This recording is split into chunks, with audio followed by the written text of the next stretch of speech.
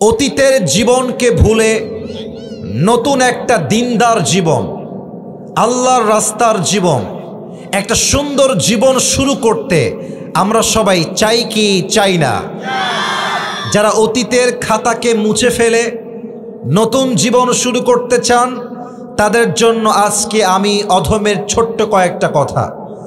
যদি আপনি আপনার অতীতকে ভুলে নতুন জীবন শুরু করতে চান, the first condition is you have to be repent to your Lord. প্রথম কাজ হচ্ছে অতীতে যত গুনাহ হয়ে গেছে আজকে আল্লাহকে বলবেন, আল্লাহ আমি আমার অতীতের সমস্ত গুনাহের জন্য অনুতপ্ত হলাম এবং তোমার কাছে ওয়াদা করলাম I will never ever repeat the same mistakes again in my life. আল্লাহ যা হয়ে গেছে, এটা আমার পাস্ট ছিল, এটা আমার অতীত ছিল। আল্লাহ তোমাকে আমি ওয়াদা করলাম আমি আগামীতে এই অন্যায়গুলো আর কখনো করব না। আল্লাহ তুমি আমাকে মাফ করে দাও। আল্লাহ বলছে, বান্দা যখন তুই মাফ চাবি, তোর চোখের এক ফোঁটা পানি নাকের ডগায় আসার আগেই আমি আল্লাহ তোর জীবনের সব গুনাহ খাতা মাফ করে দিব। লা তাকনাতু Mir রাহমাতিল্লাহ, never lose hope from the mercy of your Lord. যত গুনাহ হয়ে যাক রবের রহমত থেকে নিরাশ হয়ে যেও না। ইন্নাল্লাহা ইয়াগফিরু যুনুবা জামিআ। হাত তোলো, রবের কাছে তওবা করো। আল্লাহ বলছে, বান্দা তওবা করতে দেরি, আমি আল্লাহর ক্ষমা করতে দেরি হবে না। সুবহানাল্লাহ পড়েন। So tawbah is the first step for a person who intends to walk in the path of religion. যদি কেউ আল্লাহর রাস্তায় ফিরে আসতে চায়, প্রথম শর্তই তওবা। নওগাঁর প্রিয় ভাইরা, প্রথম শর্ত কি? মাশাআল্লাহ, নওগাঁর মানুষ কথা বললে বাঘের মতো গর্জন দিয়ে এরা কথা বলে। বলেন সবাই, প্রথম শর্ত। ডানে সাউন্ড আছে, বামে কোনো সাউন্ড নাই। মুরব্বী সমস্যা নাই, মুরব্বীরাও এখানে সব যুবকের মতো বসে আছে, ঠিক কিনা বলেন? প্রথম শর্ত কি? আর একবার বলেন সবাই, প্রথম শর্ত কি? তওবা। দুই নাম্বারটা একটু জটিল। যদি তুমি তোমার জীবনকে পরিবর্তন করে নতুন জীবন শুরু করতে চাও, চেঞ্জ ইওর ফ্রেন্ড সার্কেল। এটা চেঞ্জ করতে হবে। বন্ধু যেমন হয়, আমরা মাঝে মাঝে একটা কথা বলি, সঙ্গ দোষে লোহাও ভাসে। আপনার বন্ধু নামাজি হলে আপনি নামাজি হবেন, আপনার বন্ধু গাঞ্জাখোর হলে আপনিও গাঞ্জাখোর হবেন। হ্যাঁ, বন্ধু যেমন আমরা তেমন। আর মাথায় রাখবেন, আমার আসল বন্ধু সেই বন্ধু নয় যেই বন্ধু আমাকে সিনেমা দেখতে ডাকে। আমার আসল বন্ধু সেই বন্ধু নয় যেই বন্ধু আমাকে হারাম প্রেম করতে ডাকে। আমার আসল বন্ধু সেই বন্ধু নয় যেই বন্ধু আমাকে পার্কে মেয়ে দেখে মজা নেওয়ার জন্য ডাকে। আমার আসল বন্ধু হচ্ছে সেই বন্ধু যেই বন্ধু আমাকে নামাজের দিকে ডাকে। যুবক ভাইরা, আমার আসল বন্ধু সেই বন্ধু যে আমাকে হারাম প্রেমের দিকে নয়, বিয়ের দিকে আমাকে দাওয়াত দেয়। So please, if you want to change your life, first of all you have to change your friend circle. তবে হ্যাঁ, আমি তোমাদের একটা কথা বলে দিতে চাই যুবক ভাইরা, ইনশিওর করে তোমার বাপ মা ছাড়া আশেপাশে যত মানুষ দেখতে পাও সব স্বার্থপর, সব স্বার্থপর। বাপ মা ছাড়া সন্তানের কল্যাণ আর কেউ চায় না যুবক ভাইরা। তো সবাই চাইবে তুমি যেমন খ্যাত আছো খ্যাত থাকো, সবাই চাইবে তুমি যেমন মূর্খ আছো মূর্খই থাকো। আর তোমাকে নিয়ত করতে হবে, ये दिन दिन नहीं है, मुझे अपना दिन बदलना ही होगा। আমার দিন পরিবর্তন করতে হলে আমাকেই পরিবর্তন করতে হবে। আশেপাশের স্বার্থপর মানুষ আমার জীবন পরিবর্তন করতে পারবে না। তো যখন ফ্রেন্ড সার্কেল চেঞ্জ করবা, একটু দাড়ি রাখবা, টুপি পরবা, বলবে কিরে হুজুর, কিরে টিটকারি মারবে, বলবে কিরে ভালোই তো হুজুর হয়ে গেছিস আজকাল, 5 ওয়াক্ত নামাজ পড়ছিস, দাড়িও আছে, জঙ্গিবাদ হয়ে গেলে নাকি রে? বলবা হ্যাঁ আমি জঙ্গি হয়েছি, কয়েকজনকে মারবো আমি টার্গেট করেছি, তার মধ্যে তোর নামটা প্রথম লিস্টে আছে। আমার কলিজার টুকরা নওগাঁর ভাইরা, দুনিয়ার মানুষ হচ্ছে এমন যে আপনার 99টা ভালো কাজ দেখেও আপনার প্রশংসা করবে না, একটা খারাপ গুণ পাইলে বদনাম করে ভরায় ফেলবে। আর আল্লাহ হচ্ছেন সেই সত্তা, যেই সত্তা আপনার 99% ভুলগুলোকে মাফ করে দিয়ে একটা গুণের জন্য আপনাকে জান্নাতি বান্দা হিসেবে কবুল করে নেবে। এজন্য নিজেকে পরিবর্তন করতে চাইলে নিজের বন্ধুত্বকে চেঞ্জ করো। বেদিন তোমার বন্ধু হবে না, যে 5 ওয়াক্ত নামাজি দিনদার সে হবে তোমার প্রকৃত বন্ধু। যুবক ভাড়া, ঠিক কিনা বলো? সর্বশেষ এটা বলে আমি আমার মূল তাফসীরে ফিরে যাব। আপনারা একটা নাম আমাকে বলবেন, আশা রাখছি আপনার নামটা জানেন, এটা অজানা কোনো নাম নয়। পাকিস্তানের একজন টপ ফেমাস ক্রিকেটার, যিনি আগে ছিলেন ক্রিকেটার, পরে হয়েছেন প্রধানমন্ত্রী, তার নাম কি বলতে পারবেন? Imran Khan, right answer.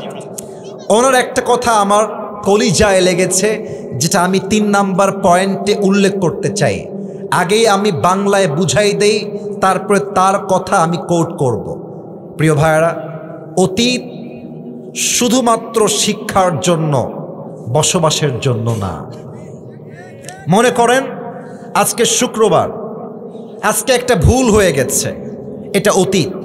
কালকে শনিবার শুরু হবে, আজকের শুক্রবার বসবাসের জন্য নয়। শনিবারে আমার শিক্ষা এইটা, শুক্রবারে যে ভুল আমি করেছি এটা আমি শনিবারে আর করব না। এবার ইমরান খান কি বলেছেন এটা আমি কোট করছি। উনি বলেন, अगर जिंदगी को समझना चाहते हो तो पीछे देखो, और अगर जिंदगी को जीना चाहते हो तो आगे देखो। माजी हमेशा सीखने के लिए होता है, जीने के लिए नहीं होता है, और प्रेजेंट हमेशा जीने के लिए होता है, और जो गलती पीछे हो गया उससे सीख के दोबारा जिंदगी को शुरू करने का नाम होता है प्रेजेंट। ठीक कि ना बोले? যা হয়ে গেছে ভুলে যাও। আগামীকাল সকাল থেকে আমার নতুন জীবন শুরু হবে। কোন মেয়ে ছ্যাঁকা দিয়ে ব্যাখ্যা করেছে ওই সময় বাদ।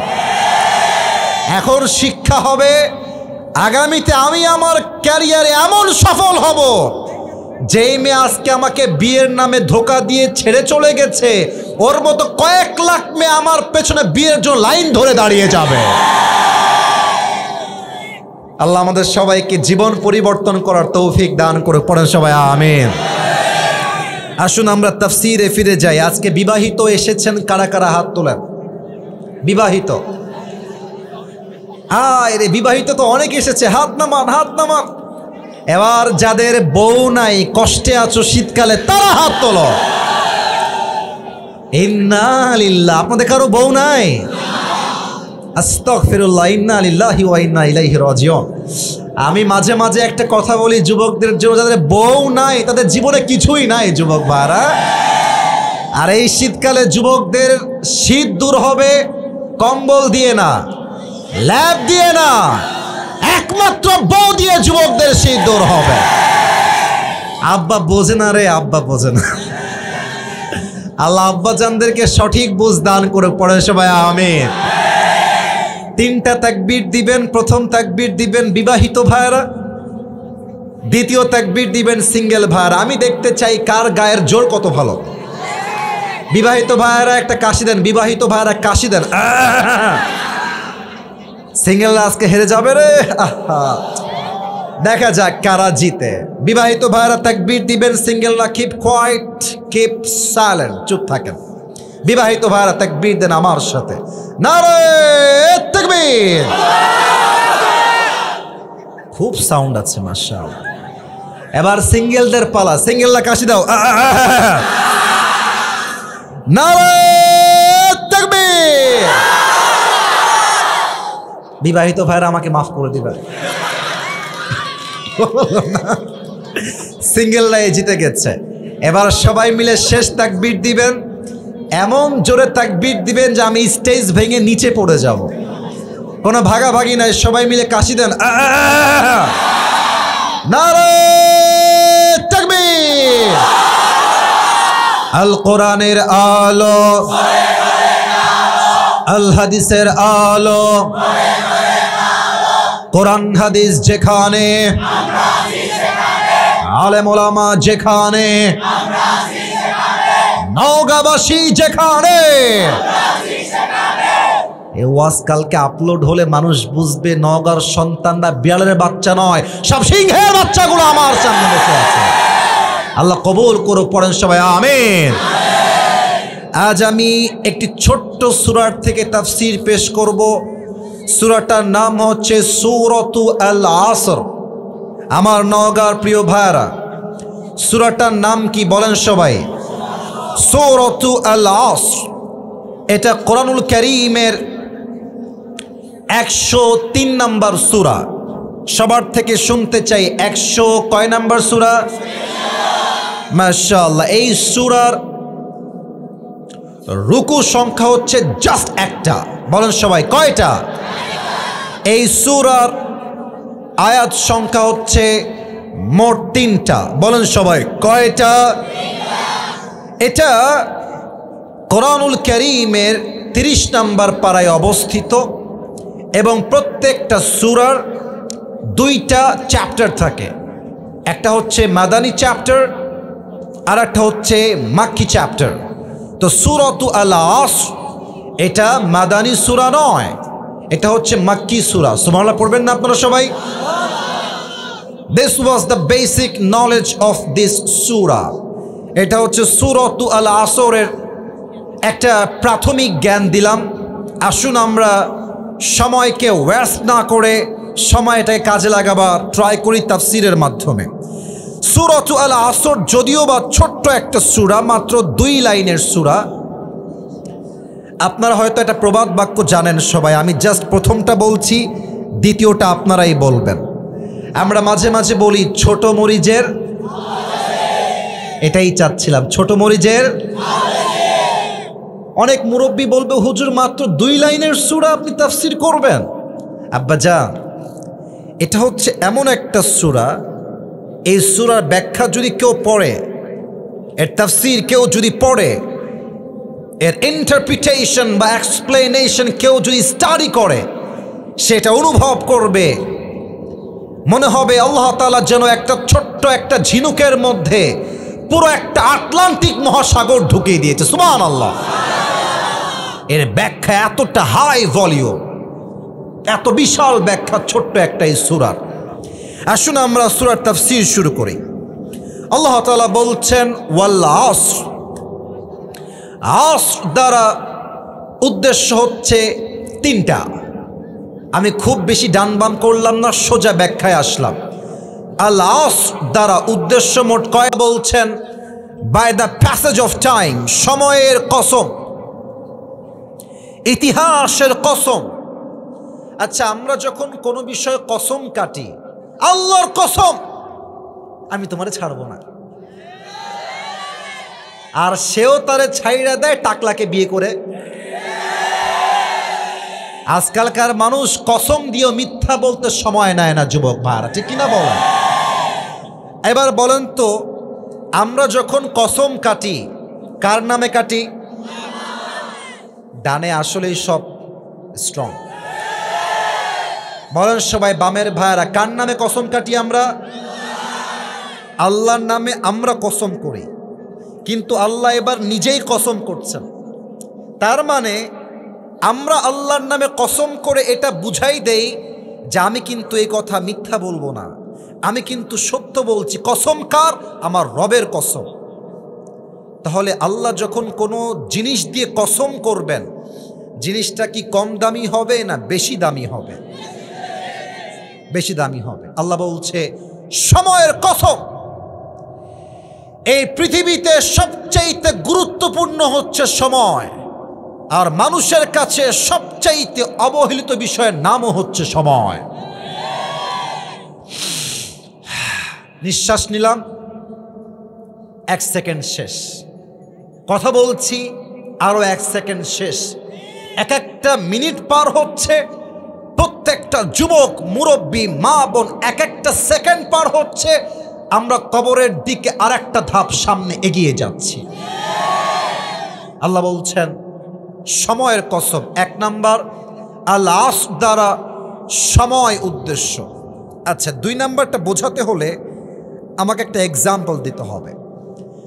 আল আসর মানে হচ্ছে নিংড়ানো, চিপড়ানো।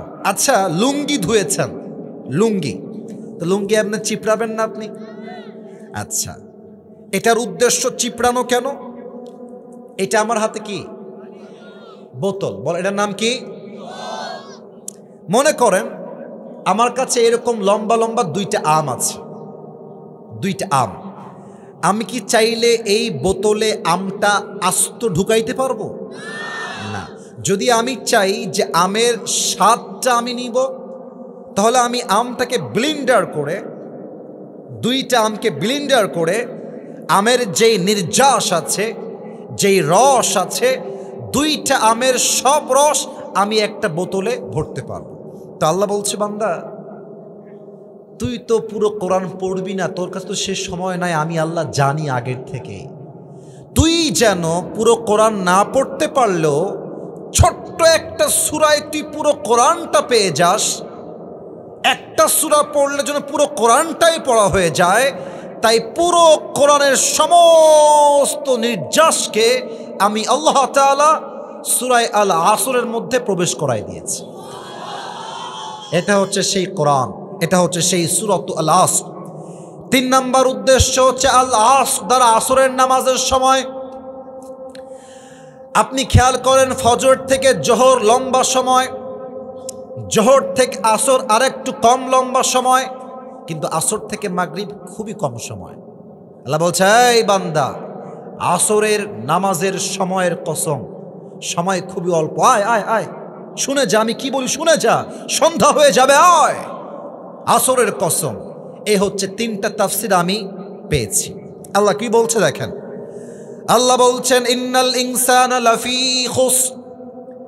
এখানে আসছে আল ইনসান, এটা হচ্ছে আলিফ লাম ইস্তিগরাকি। মুসলমান, হিন্দু, বৌদ্ধ, খ্রিস্টান, আল্লাহ বলছেন পুরো পৃথিবীর মানুষ আজকে ক্ষতিগ্রস্তের শামিল। আমি বোঝাবার জন্য জাস্ট একটা এক্সাম্পল দিব। আজকালকার নারীরা অধপতনের এতটা চূড়ান্ত পর্যায়ে গেছে, আজকালকার মেয়েরা বোরকা পরে পর্দার জন্য নয়, হারাম প্রেম করবে, বাপ মায়ের থেকে লুকায় করবে, বোরকাকে তারা হাতিয়ার হিসেবে ইউজ করে। যুবক ভাই, ইন্নাল ইনসানা লাফি খুসর, সব মানুষ হচ্ছে ক্ষতিগ্রস্ত। তো মেয়েরা কেন ক্ষতিগ্রস্ত? নাম্বার 1, মেয়েরা পর্দা করে আল্লাহর জন্য নয়, নিজেকে প্রেম করে বাপের থেকে মায়ের থেকে আড়াল করবার জন্য। ঠিক না বলে? 2 নাম্বার আর একটা এক্সাম্পল আমি আমার প্রিয় বোনদের জন্য বলতে চাই। মেয়েরা ক্ষতিগ্রস্ত কেন? মেয়েদের ডিমান্ড অনেক বেশি। অনেক বিবাহিতরা আমাকে মেসেজ দেয়, হুজুর আমার বউয়ের যে ডিমান্ড, আমি ওকে ডিভোর্স দিয়ে দেবো, ওকে আমি রাখবো না।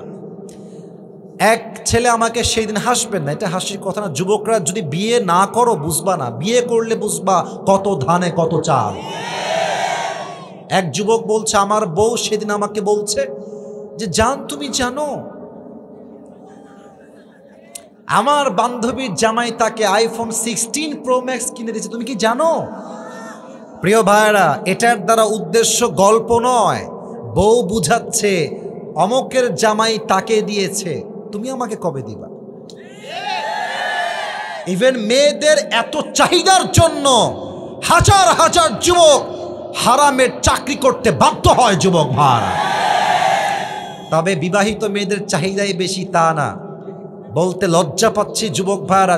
টু বি অনেস্ট, সব মেয়েকে আমি কখনো এক পাল্লায় মাপি না, তবে কিছু মেয়েদের চাহিদা এত বেশি, এরা আইফোন 16 প্রো ম্যাক্স পর্যন্ত কক্সবাজার পর্যন্ত চলে যায়। আল্লাহ এদেরকে হেদায়াত দান করুক, পড়েন সবাই আমিন।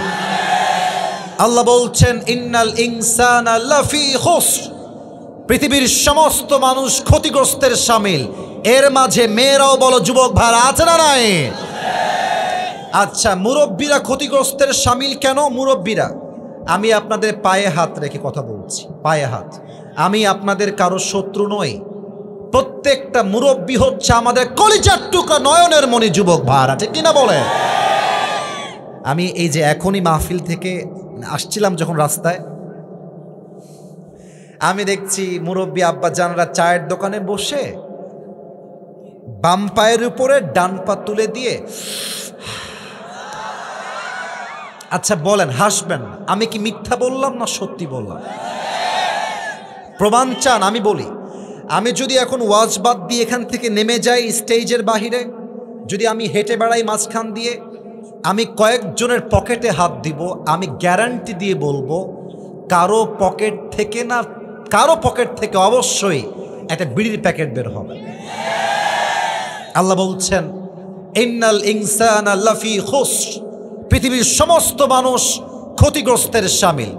3 নাম্বার, আমি আমার যুবক ভাইদেরকে অ্যাড্রেস করে একটা কথা বলতে চাই। দেখো, আমি মনে করি এখনকার যুবকদের নষ্ট হওয়ার সবচেয়ে বড় কারিগর হচ্ছে অ্যান্ড্রয়েড ফোন আর স্মার্টফোন। যুবক ভাই,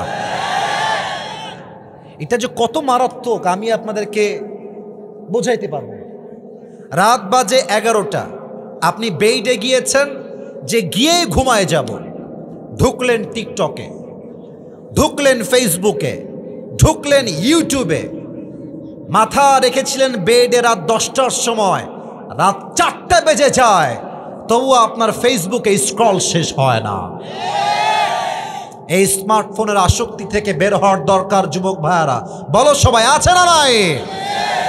আল্লাহ বলছেন দুনিয়ার সমস্ত মানুষ ক্ষতিগ্রস্তের শামিল, তবে 4 গুণ যেই ব্যক্তির মাঝে আছে তাকে সফল ব্যক্তি হিসেবে ঘোষণা দিয়েছে একজন। আওয়াজ দিয়ে বলেন সবাই, তিনি কে?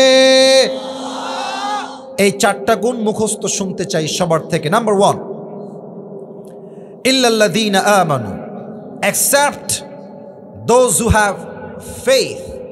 1 নাম্বার, আল্লাহ বলছেন সফল হলো তারা ঈমান এনেছে যারা। কদ আফলাহাল মুমিনুন, আল্লাহর কাছে সফলতার মাপকাঠি হচ্ছে ঈমান। যার ঈমান আছে, টাকা নাই, পয়সা নাই, বাড়ি নাই, গাড়ি নাই, নওগাঁর সবচাইতে গরিব ঘরের সন্তান, আল্লাহ বলছে বান্দা তুই যতই গরিব হ, ঈমান যেহেতু আছে, তুই আমার কাছে সবচাইতে কাছের এবং প্রিয় বান্দা। সুবহানাল্লাহ। একটু ব্যাখ্যা না করলে ঈমানের মর্মার্থ বুঝে আসবেন। আমাদের বাংলাদেশের রাজধানীর নাম কি? উত্তরটা একটু আস্তে হয়ে গেছে। বাংলাদেশের রাজধানীর নাম কি নওগাঁর ভাইরা? ঢাকায় একটা জায়গা আছে, নাম হচ্ছে গুলশান, নাম শুনেছো? উত্তরা নাম শুনেছেন? তারপরে বসুন্ধরা, যমুনা ফিউচার, ধানমন্ডি নাম শুনেছেন? যারা গিয়েছো তারা খুব ভালো করে এই পয়েন্টটা বুঝবা। ঢাকার গুলশানে আমি যখন দাঁড়াই, কোনো কাজে যখন যাই, আমার খুব স্পষ্ট অলওয়েজ আমার মনে পড়ে যে ঢাকার গুলশানে আপনি জাস্ট 10 মিনিট দাঁড়াবেন, ঢাকার গুলশানে কোনো একটা মোড়ে 1 মিনিট পর পর দেখবেন BMW যাচ্ছে, মার্সিডিজ যাচ্ছে, রেঞ্জ রোভার যাচ্ছে, অডি যাচ্ছে, দামি দামি গাড়ির কোনো অভাব নাই। এখন আপনি বলতে পারেন হুজুর আমি তো আল্লাহর প্রতি ঈমান এনেছি, তো আমার কাছে তো সাইকেলটাও নাই, আর ও তো সুদ খায়, ওর কাছে BMW আসলো কেমন করে, রোলস রয়েলস আসলো কেমন করে? তাদের জন্য ছোট্ট একটা ব্যাখ্যা দিতে চাই। এক ছেলের 2টা পশু আছে, এক হচ্ছে ছাগল আর এক হচ্ছে গাধা। তো একদিন ছাগল গাধাকে ডাক দিয়ে বলছে, গাধা, রাজশাহীর ভাষা, আবে শালা তুই আসলেই একটা গাধা বে। গাধাকে বলছে কি, তুই শালা আসলেই একটা গাধা। তো গাধা বলছে, বন্ধু আমি তো গাধাই, সবাই জানে, আমাকে তুমি আবার গাধা বলে গালি দাও কেন?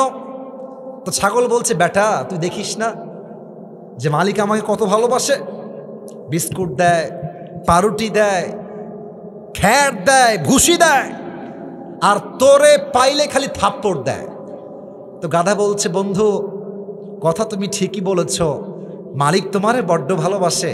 তো বন্ধু তুমি কি খেয়াল করেছো মালিক কি তোমাকে আগের থেকেই ভালোবাসতো না ইদানিং ভালোবাসে?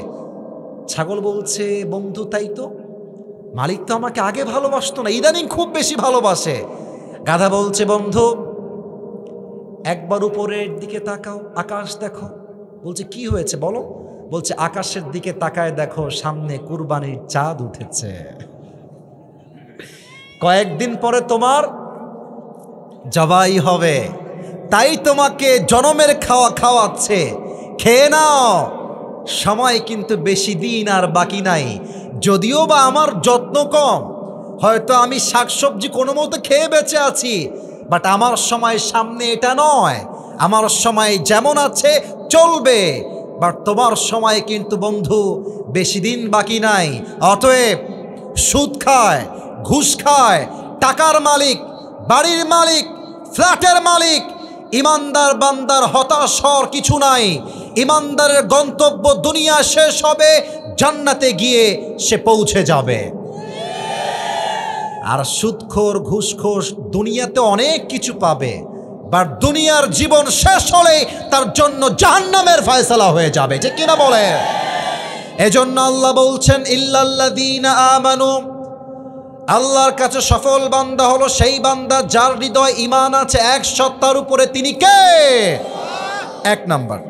2 নাম্বার, ওয়া আমিলুস সলিহাত, and those who do good deeds, যারা ভালো আমল করে। এটার ব্যাখ্যা বোঝার জন্য ছোট্ট একটা এক্সাম্পল দেই। মনে করেন আমি আসিফ হুজুর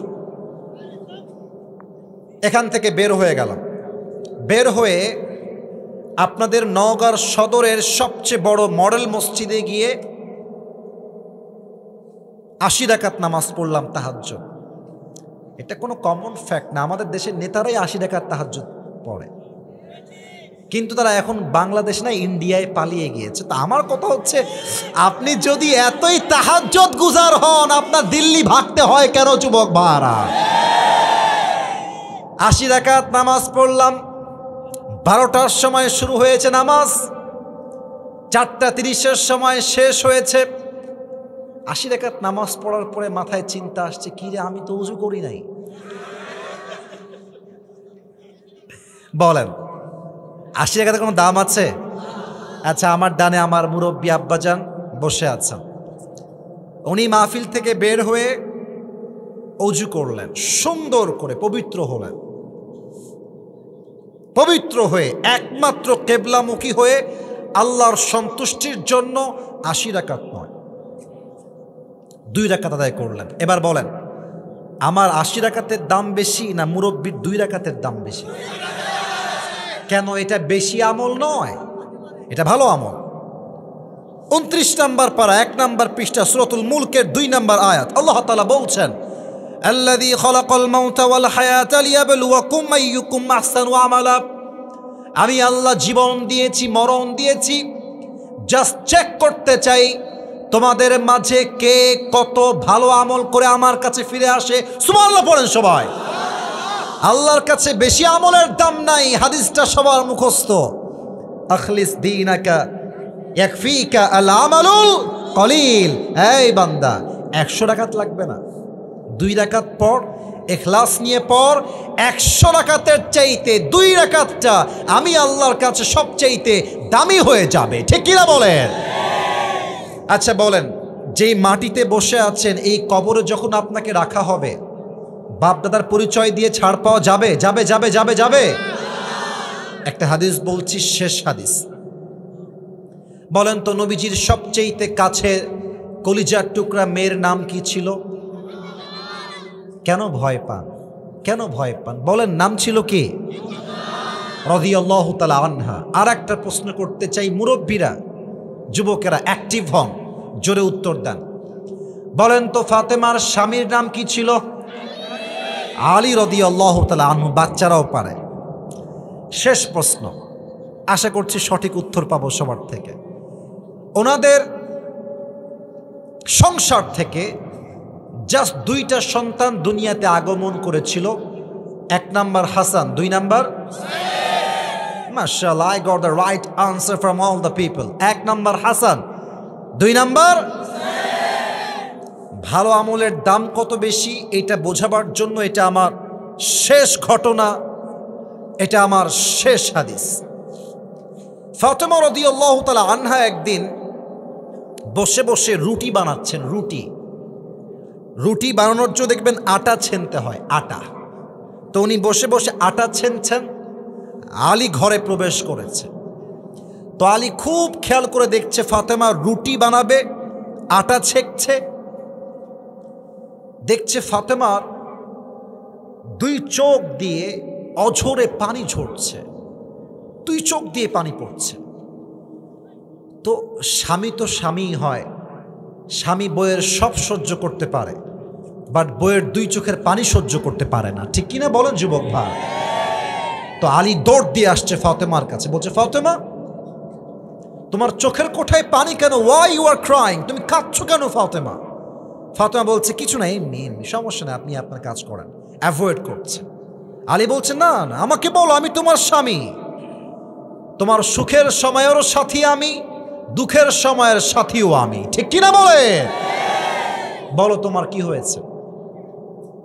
ফাতেমা বলছে আলী, আজ যখন তাহাজ্জুদের নামাজের সময় ঘুমিয়েছিলাম, আমি আমার ঘুমের মধ্যে স্বপ্নে দেখলাম অন্ধকার রাত, বিশাল লম্বা একটা মাঠ, আমার আব্বাজান মাঠের মধ্যে দাঁড়িয়ে অন্ধকারে কি যেন হাত দিয়ে এমনে এমনে খুঁজতেছেন।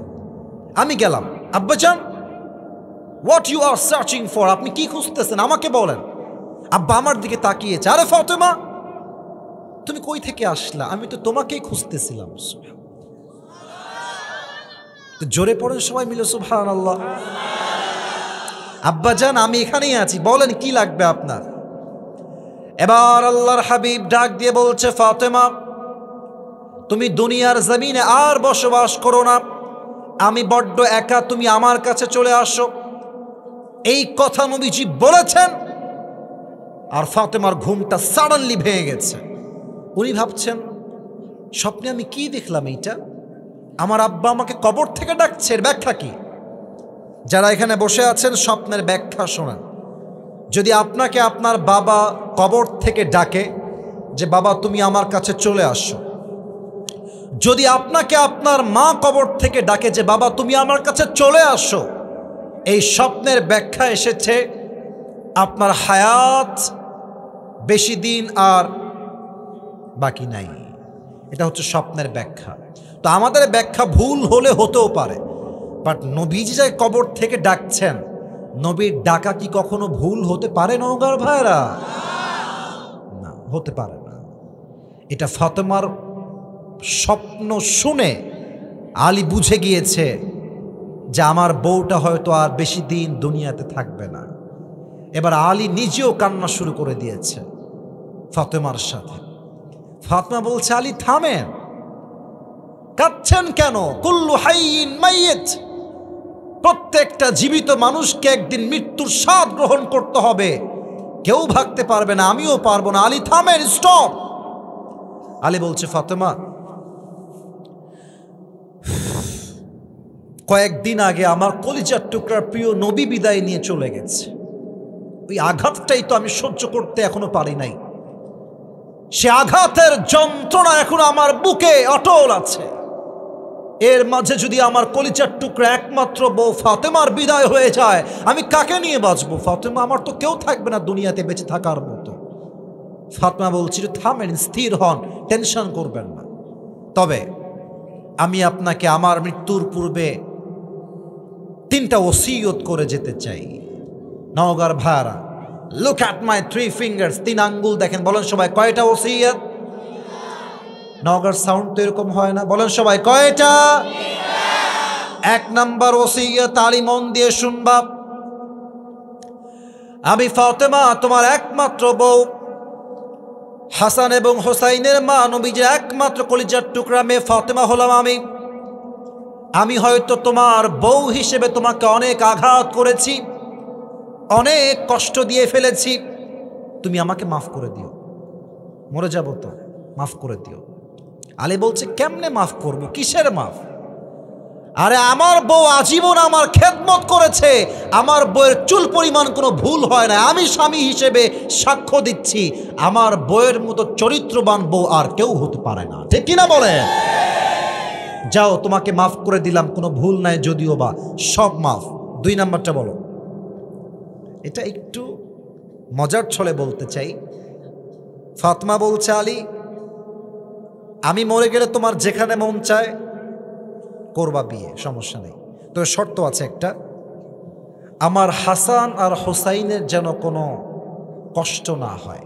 আর আমাদের যুগের এই মেয়েরা যারা আছে, মরার সময় যখন বেঁচে থাকে স্বামীকে বলে এই এদিকে আসো, স্বামী বেচারা মাসুম নিষ্পাপ, কিছুই বোঝে না, কি হয়েছে বলো, বলে এই তোমার ডান হাত আমার মাথায় রাখো, রাখলাম, বলো কি বলবো, বলছে আমার মাথার কসম খেয়ে বলো তুমি জীবনেও দ্বিতীয় বিয়ে করবা না।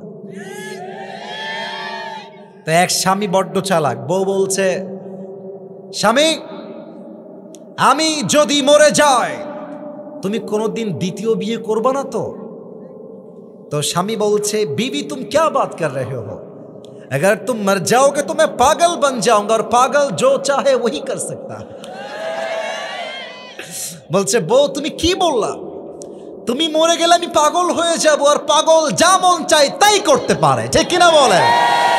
তার মানে মাঝে মাঝে প্রশ্ন যেমন হয় উত্তর তেমন হওয়ার দরকার আছে, ঠিক কিনা?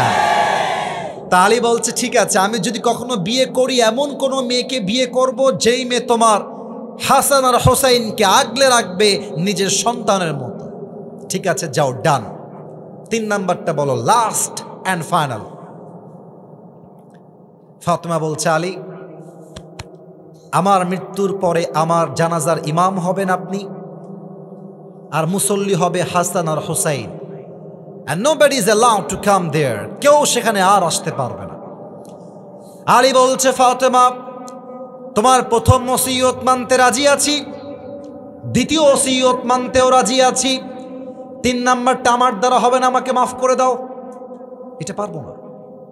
নবীজির একমাত্র কলিজার টুকরা মেয়ে ফাতেমা দুনিয়ার থেকে বিদায় নিবে, আর সাহাবা একরাম জানাজে অংশগ্রহণ করবে না, এটা আমি আলীর দ্বারা বরদাস্ত হবে না। ফাতেমা আমাকে তুমি মাফ করে দাও, এটা আমার দ্বারা সম্ভব না।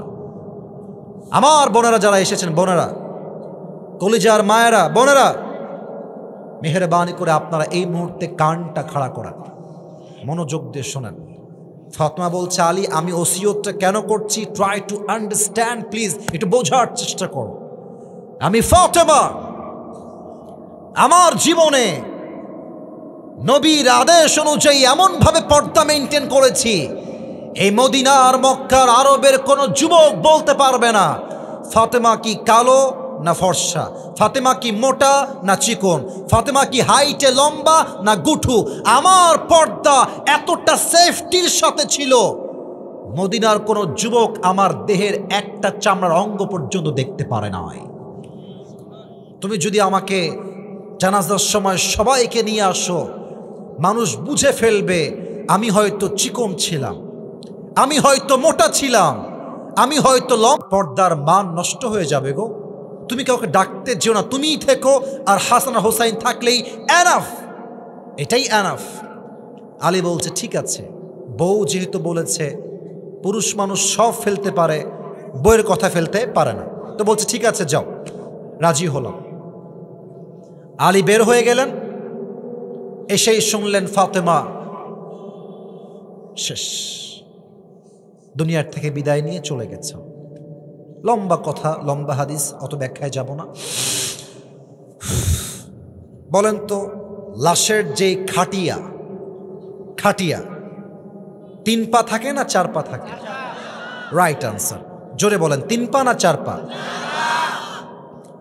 সামনের ডান দিকে ধরেছে আলী প্রথম খাটিয়া, পেছনের 2টা, একটা ধরেছে হাসান আর একটা ধরেছে হুসাইন, একটা পা খালি।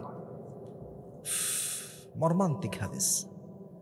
আলী যখন হাঁটছে আর ভাবছে একটা মাত্র নবীজির মেয়ে, যার দ্বারা নবীর বংশ বিস্তার হয়েছে, জান্নাতের সমস্ত নারীদের সর্দারিনী ফাতেমা রাদিয়াল্লাহু তাআলা আনহার লাশ যাচ্ছে, বাট তার খাটিয়ার একটা পা ধরবে।